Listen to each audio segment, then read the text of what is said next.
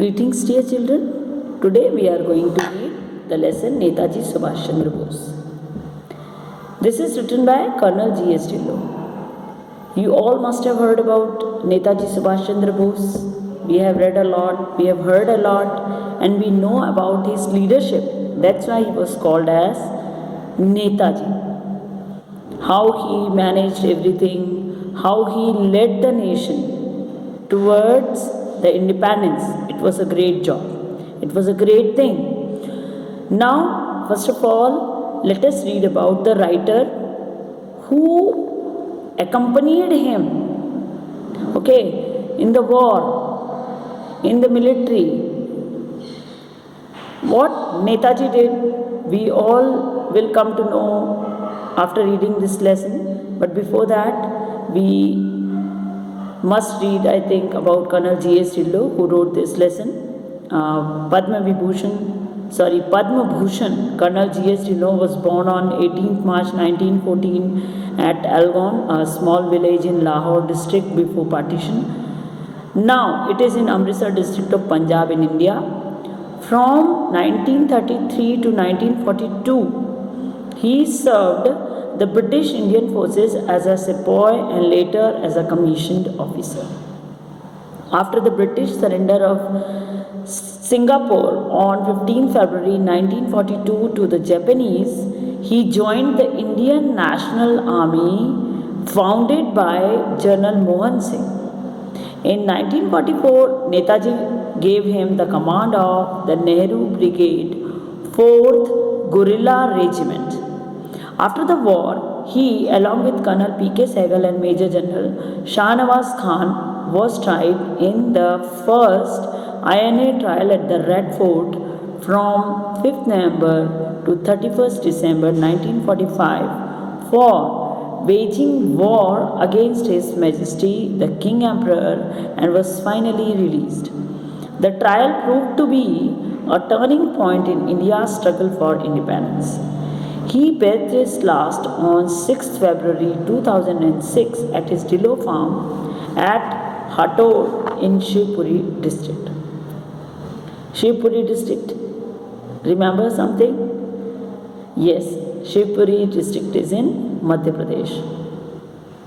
The present document is a part of From My Bones, Memoirs of Colonel Gurbaksh Singh Dhillon of the Indian National Army.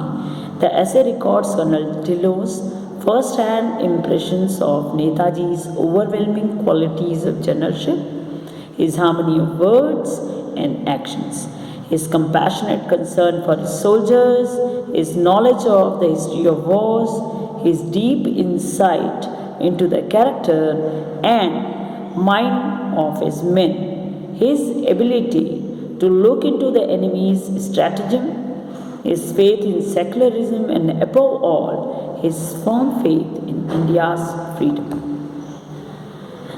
आप लोगों ने नेताजी सुभाष चंद्र बोस के बारे में काफ़ी सुना है और हम सभी जानते हैं कि उन्होंने आज़ाद हिंद फौज यानी कि इंडियन नेशनल आर्मी को बनाया था, उसका गठन किया था। लेकिन उसके पीछे उनके पास में क्या चीज़ थी, क्या उनके पास उतने सोर्सेज थे? भाई आज क्या है कि अगर कोई भी व्यक्ति आर्मी ज्वाइन करता है, कोई भी आर्मी ज्वाइन करना चाहे तो हमारी आर्मी जो है इंडियन आर्मी, ये काफ़ी इसके पास में नई से नई चीज़ें डेवलप्ड और पूरे वर्ल्ड में इसका नाम है कि भाई हम लोग टेक्नोलॉजी में, मिसाइल्स में, सब में काफ़ी कुछ आगे चल रहे हैं। आज कम से कम हम लोग टेक्निकली और मिसाइल्स के हिसाब से और सब चीज़ों से तो आगे हैं ही, लेकिन आज से कई साल पहले, 100 साल पहले, 200 साल पहले, जब ब्रिटेन हम पर हुकूमत करने लगा, उसने शुरुआत की 200 साल पहले से आज हम लोगों ने पूरी 200 साल तक गुलामी झेली, ऐसा बोलते हैं, लेकिन मुझे लगता है उससे भी कहीं ज़्यादा। ठीक है, तो उस समय हम लोगों के पास में कोई चीज़ें नहीं थी। नेताजी की बात क्या थी कि जब वो इंडियन इंडिपेंडेंस के लिए स्ट्रगल करने लगे, है ना, 20th सेंचुरी की बिगनिंग में, तब की बात है ना, तो उस समय क्या था इंडिया के पास? कुछ भी नहीं। उनके पास क्या था खुद के पास? अपनी कोई आर्मी, कोई पैसा, कुछ भी नहीं। उन्होंने क्या किया? लोगों के सामने हाथ फैलाए, क्योंकि उन्हें लगा कि ये गलत नहीं है। अच्छा, उन्होंने क्या किया? लोगों के सामने हाथ फैलाए। उनके पास कोई ऑप्शन ही नहीं था। मतलब उस समय लोग आज़ादी के पीछे भारत माता के लिए, अपने देश के लिए इतने ज़्यादा समर्पित थे कि वो कुछ भी करने को तैयार थे। तो उन्होंने लोगों के सामने हाथ फैलाए और उन्होंने कहा, तुम मुझे खून दो, मैं तुम्हें आज़ादी दूंगा। इसका मतलब ये नहीं कि उन्होंने कोई ब्लड बैंक बनाया, मतलब अपनी जान न्योछावर करनी ही है, इसके अलावा कोई ऑप्शन नहीं है। तो आप लोग आएँ, जो आपसे बन पड़ता है, जो कर सकते हैं करिए।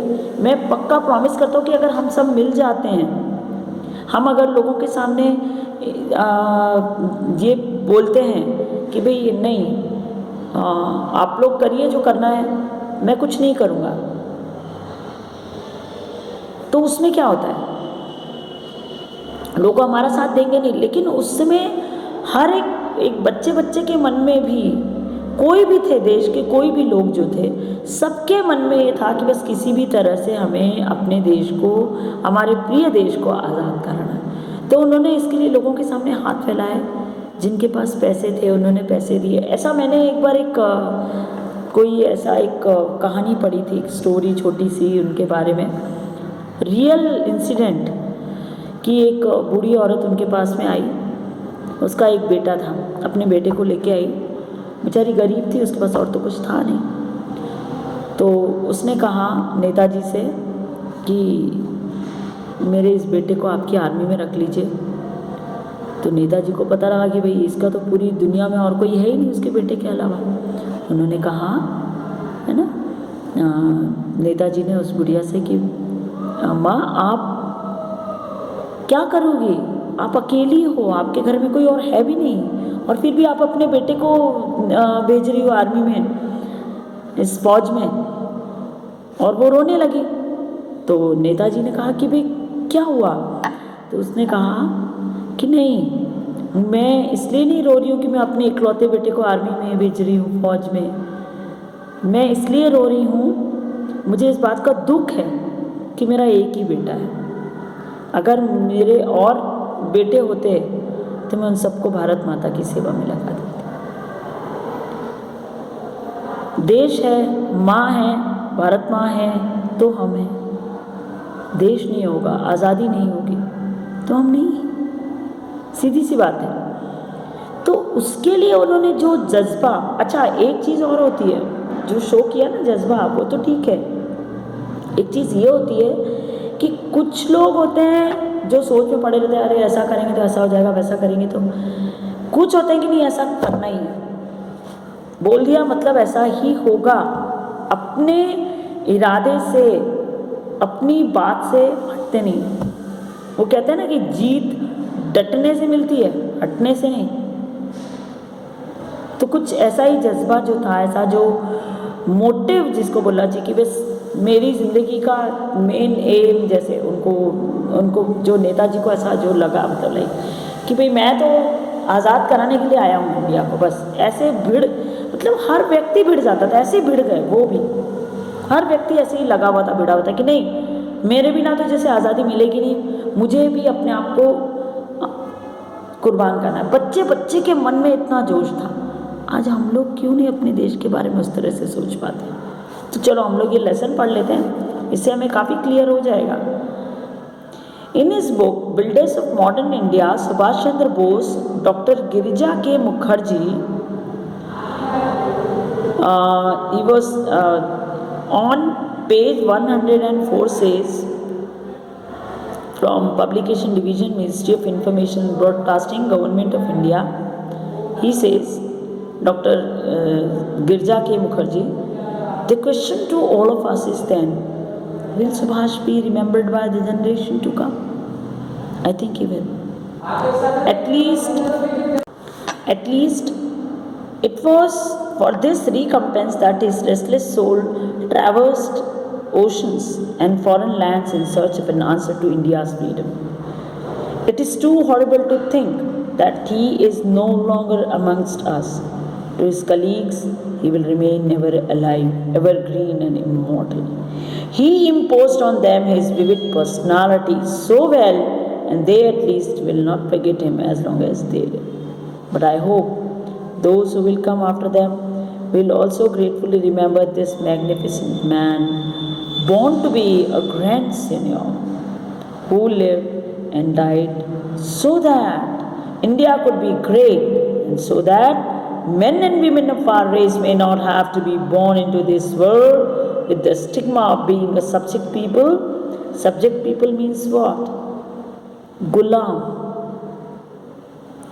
And not free and independent as we are today. उनकी मौत के बाद उन्होंने लिखा, डॉक्टर गिरजा के मुखर्जी ने, कि क्या ऐसा हो सकता है नेताजी को। आज हम लोग भी, हम एक एक व्यक्ति से मिले नहीं ना, हम लोग भी तो एक जो जिसने भी फ्रीडम के लिए फाइट किया है, हम लोग नेहरू जी, नेताजी, है ना, पटेल जो थे, दादा भाई नौरोजी, इन सब के बारे में सिर्फ पढ़ते ही तो आ रहे हैं ना, हमने इनको देखा तो नहीं है ना, गांधी जी। लेकिन हम उनके जीवनियों से, उन्होंने जो कार्य किए हमारे लिए, इंडिया के लिए, इंडिया को आज़ादी दिलाने के लिए जो किया है, क्या हम उसे भूल पाते हैं? तो हम नेताजी को कैसे भूल जाएंगे, जो जिनका नाम ही नेताजी पड़ गया था, मतलब डिसिसिव पावर वाला, कि नहीं कुछ भी हो जाए मुझे इंडिया को फ्रीडम दिलानी है, बस ये मेरे दिमाग में बात आ गई है।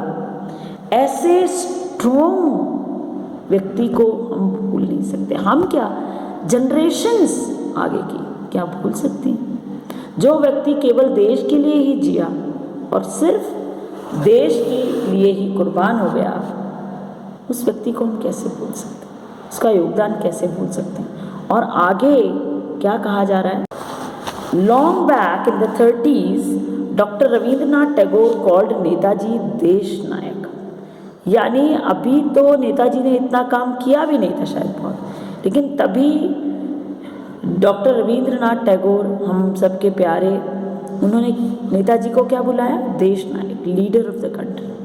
During the INA crisis, when General Cesar Arisiu, second in command of the Japanese Imperial Army, General Staff invited Ras Bihari Bose in order to know his mind about Netaji's coming and discreetly asked, Netaji is desirous of coming over here and I wonder how you would treat him. The old revolutionary quietly replied, old revolutionary Shri रास बिहारी बोस। इनका नाम सुना है कि नहीं? अगर नहीं सुना है ऐसे लोगों का नाम तो हम सब पर धिक्कार है। ओल्ड रिवॉल्यूशनरी, बहुत बड़े स्ट्रॉन्ग लोग थे भाई, पुराने, छोटे भले छोटे कद के होते थे और फिजिक उनका कोई बहुत तगड़ा नहीं होता था। गांधी जी को देख लीजिए, नेताजी को बहुत ज़्यादा हाइट नहीं थी इन लोगों।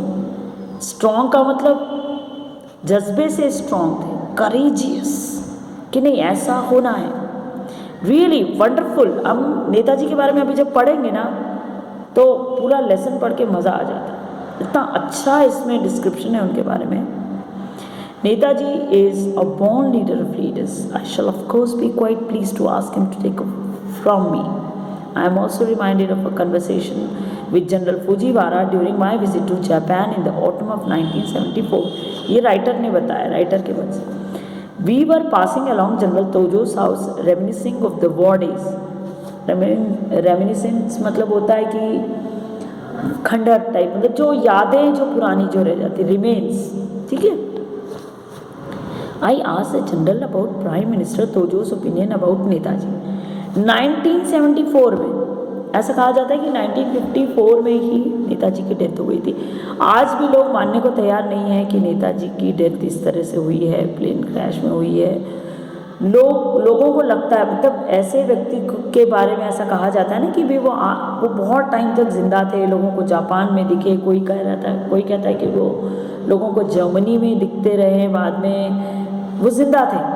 क्योंकि ऐसे लोगों के जो होते हैं ना वो हमेशा हमेशा के लिए जिंदा ही रह जाते हैं, है ना। तो हमारे मन में ऐसा आता है कि नहीं, ये व्यक्ति तो रहना ही चाहिए था, ये अजर अमर हो जाना चाहिए। हालांकि अमर वो हो चुके, लेकिन ये जाना ही नहीं चाहिए दुनिया से, ये हमारी मन में बात आ जाती है, तो हम उसको अपने सामने देखने लगते हैं और हम कभी विश्वास ही नहीं करते कि ये व्यक्ति नहीं रहा। ऐसा ही कुछ नेताजी के बारे में हुआ। तो 1974 में ऑलमोस्ट 20 साल बाद, 20-25 साल बाद, वो क्या कह रहे हैं, जनरल तोजो जापान के, Fujiwara replied that General Tojo was so much impressed by Netaji that he said, "If there exists a man of the century, he is one whom I met today." Fujiwara believed that if Netaji had arrived in the East a year earlier, we would have won the war. आप सब लोगों ने सुना होगा कि Indian national army, India ने उस समय जापान की मदद की थी, वॉर को वो करने के लिए, जीतने के लिए पूरी कोशिश की थी। तो जनरल जो फुजीवारा थे, उन्होंने कहा, जनरल फुजीवारा ने, कि वो प्राइम मिनिस्टर तोजो उस समय जो थे, उनकी ओपिनियन ये थी कि अगर 1 साल पहले हमें नेताजी मिल गए होते, हमारे साथ आ गए होते, तो आज डिफरेंट सिनेरियो होता, कुछ और ही स्थिति होती और हम जीत गए होते, कब से ही जीत गए होते। After citing above impressions of some of the great man who happened to see Netaji from a close range, now I will try to sum up my answer to the question as well. Netaji practiced what he preached. There was never any difference in his words and deeds. उनकी कथनी और करनी में कोई फर्क न था, जैसा बोलते थे वैसा ही करते थे। भी किसी से डर गए, बोल दिया सो बोल दिया, यही होगा बस। Netaji cared not only for the honor, welfare and comfort of his soldiers, but also respected their feelings. He had a compassionate nature. वो अपने सारे सोल्जर्स को, एक एक सोल्जर को बहुत प्यार करते थे। भाई उन्होंने ट्रेंड लोग तो लिए नहीं थे उस समय, कोई ट्रेनिंग, कोई पैसा, कोई मिसाइल्स, कोई ऐसे अस्त्र शस्त्र कुछ भी नहीं था। जो कुछ था उन्होंने क्या किया था पता है नेताजी ने? इससे पहले कि वो इंडियन नेशनल आर्मी बनाते, उन्होंने हिस्ट्री की पुरानी वॉर्स के बारे में स्टडी, और सारी पुरानी बुक्स जो थी, हिस्ट्री बुक्स, वॉर बुक्स, उन सब की इतनी स्टडी की हुई थी कि वो कुछ भी प्रिडिक्ट कर लिया करते थे कि भाई ऐसा ही होगा, और उनकी प्रिडिक्शंस जो हैं कभी भी रॉन्ग नहीं होती थी। उनकी प्रिडिक्शंस कभी रॉन्ग नहीं होती थी। उन्होंने कहा, जैसे इसमें काफ़ी एग्जांपल्स भी दिए हुए हैं, जैसे वो कह देते थे कि अब जो है ये आर्मी यहाँ से यहाँ तक पहुँच गई है, अगर उनको लोकेशन पता चलती थी तो अब इस युद्ध का ये परिणाम होगा, अब ऐसा होगा, अब ऐसा, यानी इतना ज़्यादा उन्होंने स्टडी कर लिया था, इतना ज़्यादा उनके मन में देश के प्रति जज्बा था, एक प्यार था कि वो सारी बातों को पहले से तैयारी करके गए थे। और अपने सारे सोल्जर्स को, वो सोल्जर्स बेचारे प्रोफेशनली ट्रेंड तो थे ही नहीं ना, उन लोगों के पास में ऐसी कोई चीज़ें हुआ करती थी, तो उनको इतने प्यार से रखते थे वो, और एक एक सोल्जर के बारे में कि उसको क्या प्रॉब्लम है, उसको क्या दिक्कत है, वो सारी चीज़ें उनके दिमाग में होती थी, पूरा ध्यान रखते थे। इवन जब वो सोल्जर्स भाई जैसे भी खाना खाने जा रहे हैं, कुछ है, उनके खुद अपना टॉवेल उनको ऑफर करते थे, हाथ धुलाते थे। एक बार उनको पता लगा कि किसी सोल्जर के पास में जो है बूट्स नहीं थे, शूज़, है ना, तो उन्होंने वो भिजवाए खुद से। यानी एक एक सोल्जर की, इतने सारे हज़ारों सोल्जर्स में उनको एक एक सोल्जर की तकलीफ पता थी। आज कोई ऐसा सोचे, अपनी छोटी सी जो टीम होती है, कोई उसका जो बॉस होता है उसे ही नहीं पता होता है कि मैं क्या कर रहा हूँ, क्या है, क्या सही है, क्या गलत है। नेताजी केयर्ड, अभी हमने पढ़ा ये सब, not only for the honour, welfare and comfort of his soldiers but also respected their feelings. He had a compassionate nature. He overwhelmed us with his concern for us individually and collectively, like sending a pair of boots to a sepoy with instructions to regimental commander to see personally that it fitted the man and report back to Netaji, helping his own staff officers to wash hands by pouring water and offering his own towel to scrub hands, shedding tears with a lump in his throat on hearing about our difficulties and taking immediate steps to supply relief. Such spontaneous feelings coming out of his heart made him extraordinarily a rare leader of men in war. भाई जो फौज बना ले, जो कोई ऐसे लोग होते हैं जो वॉर में जिनकी जो आर्मी या जिनकी टीम काम करती है वो कितने स्ट्रांग होते होंगे, लेकिन नेताजी के साथ में क्या था, वो बहुत इमोशनल थे अपने लोगों के प्रति, अपने सोल्जर्स के प्रति। उनकी इतनी सी भी तकलीफ देखकर उनकी आंखों में आंसू आ जाते थे।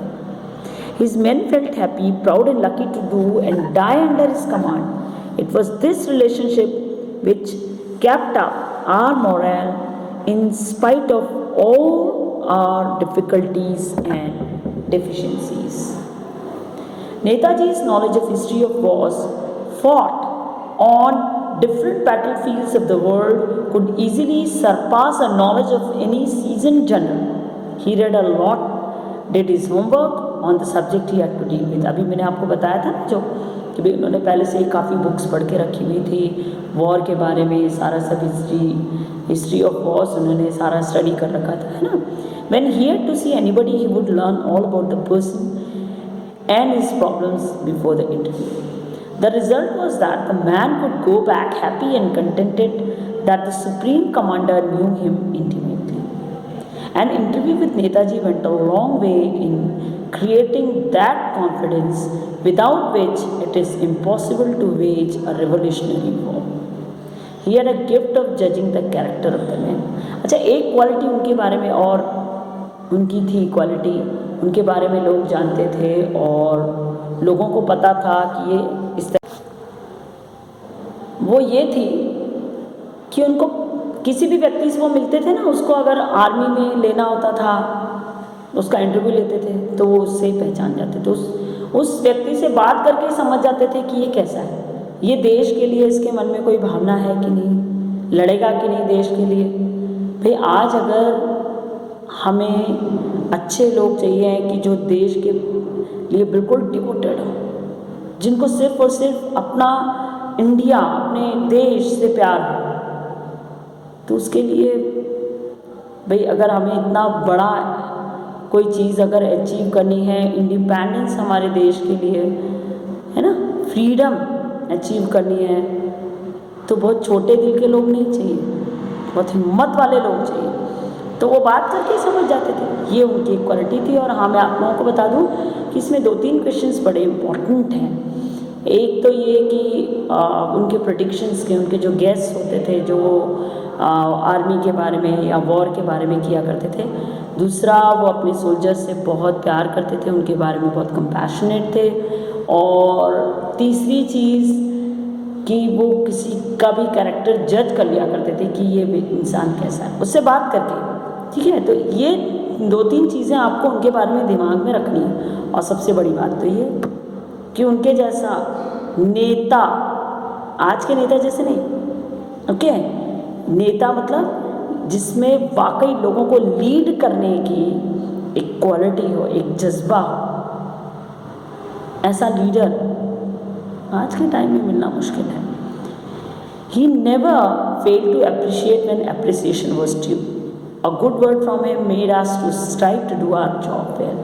ये सोल्जर्स, ये राइटर ने बताया कि उनके सोल्जर्स, राइटर खुद जो ये फील करते थे कि जब वो उनके साथ खड़े होते थे नेताजी अपने सोल्जर्स के साथ, तो वो लोग जोश से भर जाते थे। वो लोग प्राउड फील करते थे कि हमारा लीडर जो है वो ऐसा है, इतना हिम्मत वाला। ये बहुत बड़ी बात होती है बेटा। He had remarkable power of observation and could predict an eventuality correctly. Once he wrote a small note to me on the margin of a routine order. It was scribbled in his own hands. एक बार उन्होंने writer को खुद एक note लिख के दिया था। उन्होंने एक कोई गेस की थी कि भाई अब ऐसा होगा, अब वैसा होगा। वो लोग जब एक वॉर के उसमें थे, सब लोग इंक्लूडेड थे, है ना। He told me that as the mail was getting ready to be dispatched, he wanted to advise me that instead of expecting the enemy at a particular point, which I had reported in my previous report, I should also watch at a certain other point. He gave 6-figured map reference. The note was written in Rangoon, about 500 kilometers away from me. When I received it, I was surprised at the inaccuracy of Netaji's judgment. I was already facing the enemy where he had told me to watch. एक बार क्या हुआ, Rangoon से 500 kilometre दूरी की बात है। आप लोग एक बार एक काम करिएगा, ये नेताजी के बारे में सारा एक बार ज़रूर पढ़िएगा, तब हमें अच्छे से और कि उन्होंने किस वॉर में किस तरह से अपना योगदान लगाया। मैं अभी इस लेसन के बारे में आपको समझाने में हमारे पास थोड़ा टाइम का थोड़ा शॉर्टेज है कि हमको ये लेसन ख़त्म करके इसके बारे में पढ़ के और करना होगा जो इस लेसन में दिया है। तो एक्स्ट्रा बात तो है, हम फिर कभी करेंगे। फ़िलहाल हम लोग नेताजी के बारे में जो इन्फॉर्मेशन हमें मिली है, जो कुछ इस लेसन में दी गई है, उसको पढ़ते हैं अच्छे से। और आप लोग स्टडी ज़रूर करिएगा, बहुत मज़ा भी आएगा उनके बारे में पढ़ के, क्योंकि इतनी वीरता भरी बातें पढ़ के सुन के जो जोश अंदर आता है ना, ऐसा लगता है कि हाँ हमें भी अपने देश के लिए कुछ करना है, बस मर मिटना है। वो वाली बात जब आएगी ना, कब आएगी? जब हम इन लोगों के बारे में, ऐसे लोगों के बारे में पढ़ेंगे। तो थोड़ा सा हमें बुक्स भी पढ़नी चाहिए, ऐसे लोगों की जीवनियाँ भी पढ़नी चाहिए। अब जैसे राइटर ने बताया है एक इंसिडेंट की, भाई उनकी गैस बिल्कुल एक्यूरेट थी। क्या हुआ था, है ना, कि उन्होंने उनको कहा कि तुम उस दूसरे छोर से भी अपने दुश्मन पे वॉच रखो, नज़र रखो उस पर, और ध्यान रखो कि कोई और बात, कोई और प्रॉब्लम नहीं होने पाए। अब वो इस तरह से ऐसा इसका ये रिज़ल्ट होगा इस वॉर का, और वैसा ही हुआ। तो हम पढ़ लेते ना क्या कहा था उन्होंने। This was a measure of Netaji's skill at generation. Again, I am reminded of my conversation with him when he gave me the command of the Nehru Brigade 4th Guerrilla Regiment. I said, Netaji, may I know how long will it take me to get into touch with the enemy? Netaji's reply was, when you are already on the foremost defended locality, there are no positions held between you and the enemy. It all depends on how long the enemy takes to reach the Irrawaddy. The initiative lies with him. You may be lucky to get 60 to 70 days before you are attacked, I guess. Netaji's guess was accurate. I took my command in mid-November 1944. I got to grips with the enemy early in February 1945. जैसा जैसा उन्होंने कहा था वैसा चल रहा था। Another example of Netaji's military foresight is when in March 1939, during the annual session of the Indian National Congress at Tripuri in Jabalpur, Madhya Pradesh, he proposed that the Congress should at once send an ultimatum to the British government demanding independence within 6 months and should prepare immediately for a national struggle. जब Indian national Congress का त्रिपुरी जबलपुर में, है ना, conference हुआ था, जब एक उनका एनुअल सेशन था 1939 में, तो उन्होंने कहा कि अब कांग्रेस को वेट नहीं करना चाहिए, उनको अल्टीमेटम दे देना चाहिए ब्रिटिश गवर्नमेंट को, है ना। क्या कहा था उन्होंने कि भाई विदिन 6 मंथ्स हमें इंडिपेंडेंस चाहिए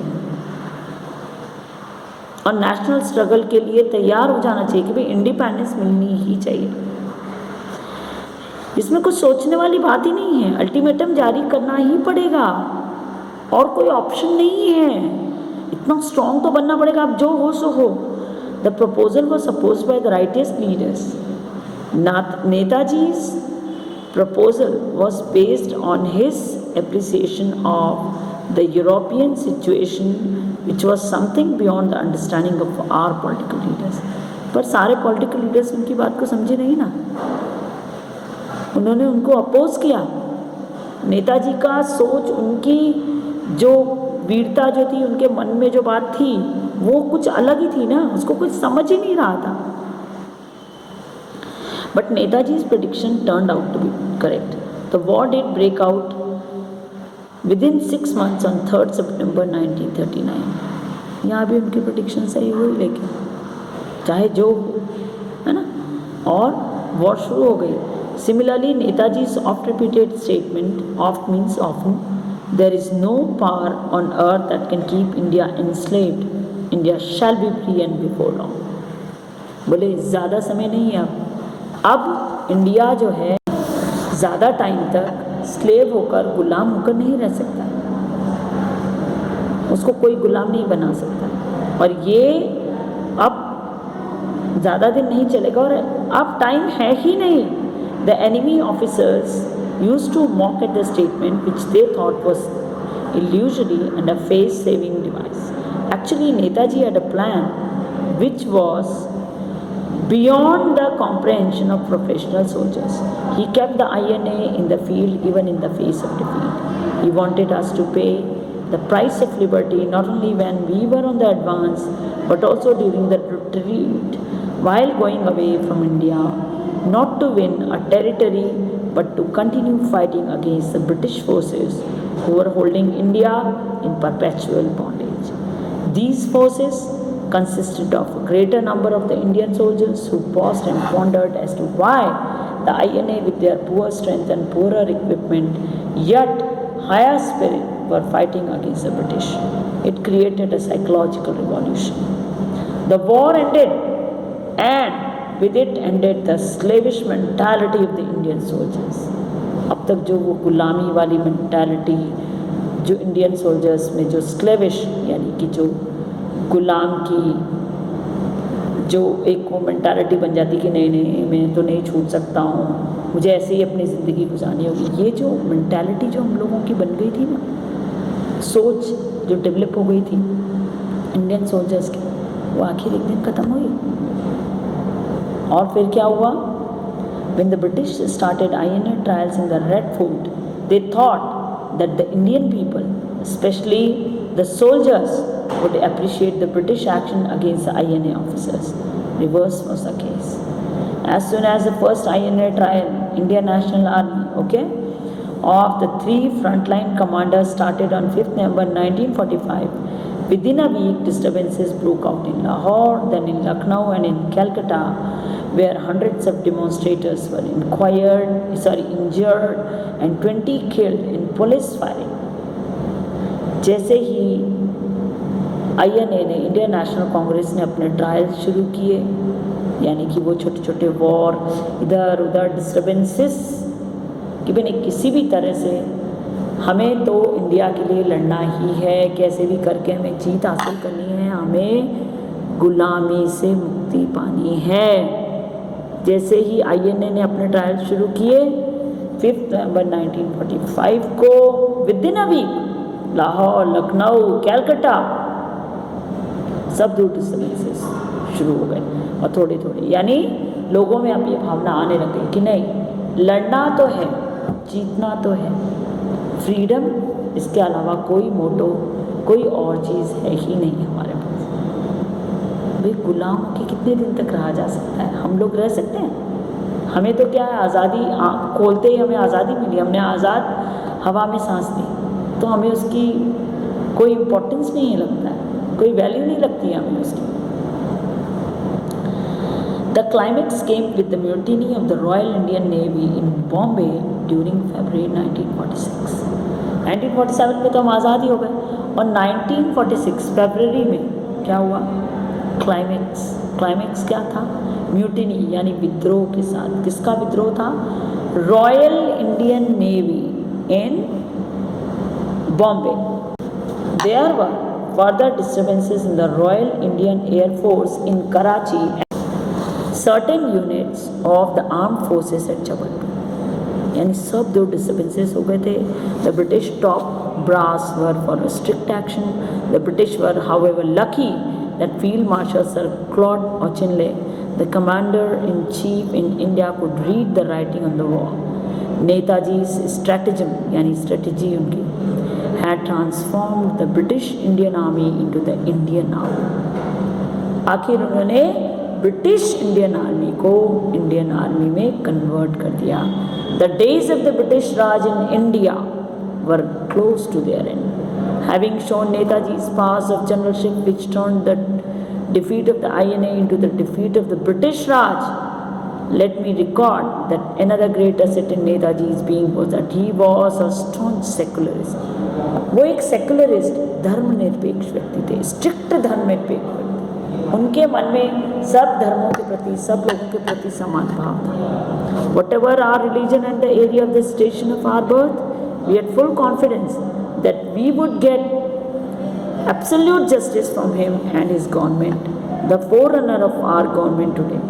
To show how his mind worked in this direction, his brief but an all-embracing idea of independence is shown in distilled form in the last but one para of the proclamation of provisional government of Azad Hind.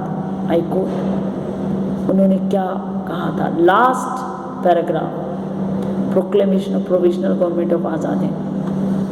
The provisional government is entitled to and hereby. provisional क्या होता है, मैं उसका आपको छोटा सा example दूँ. आप लोगों के बोर्ड एग्जाम्स होते हैं ना 12th 10th के, तो जब तक हमारे पास रिज़ल्ट नहीं आ जाता है ना, तब तक हमारा जो स्कूल का रिज़ल्ट होता है या नेट का जो रिज़ल्ट होता है वो एक प्रोविजनल काम करता है, यानी उसकी जगह पे. तो उन्होंने एक प्रोविजनल गवर्नमेंट के बारे में डिक्लेरेशन कर ही दिया, यानी वही गवर्नमेंट बनने वाली बात हुई ना, Indian government. And hereby claims the allegiance of every Indian. It guarantees religious liberty as well as equal rights and equal opportunities to all its citizens. It declares its firm resolve to pursue the happiness and prosperity of the whole nation and of all its parts, cherishing all the children of the nation equally and transcending all the differences cunningly fostered by alien government in the past. यानी कि हम declare करते हैं कि alien यानी foreign government, British government, वो अपने सारे राइट्स यानी इनडायरेक्टली उन्होंने कहीं ना कहीं, बल्कि डायरेक्टली बोलो, उन्होंने ये कहा था कि ये जो गवर्नमेंट है, एलियन गवर्नमेंट, ब्रिटिश गवर्नमेंट जो है, ये अपने अधिकार खुशी खुशी अपनी जो इनकी जो पावर है उसको इंडियन जो लोग हैं उनके प्रति, उनके लिए मतलब वो ये डिक्लेयर करते हैं. यानी जो इंडियन नेशनल कांग्रेस थी वो ये डिक्लेयर करती है कि भाई इंडिया, अब इंडिया के लोग और इंडिया जो है वो बहुत स्ट्रॉन्ग, खुशी, प्रॉस्पेरिटी, जो जिसके वो हकदार हैं, जिसके वो जो उनको जो चाहिए था सब कुछ, वो सब मैं उनके नाम करता हूँ. यानी उन्होंने तो अपनी कोशिशों में कोई कमी नहीं छोड़ी ना, तो हमें भी नहीं छोड़नी चाहिए. हमें भी अपनी कंट्री के लिए बिल्कुल अच्छे से फाइट करनी ही होगी. अभी कोरोना का टाइम चल रहा है, तो हमें हिम्मत नहीं हारनी, हमें इस पर भी जीत पानी है. क्योंकि मैंने कहा ना, जीत डटने से मिलती है, हार मानने से नहीं.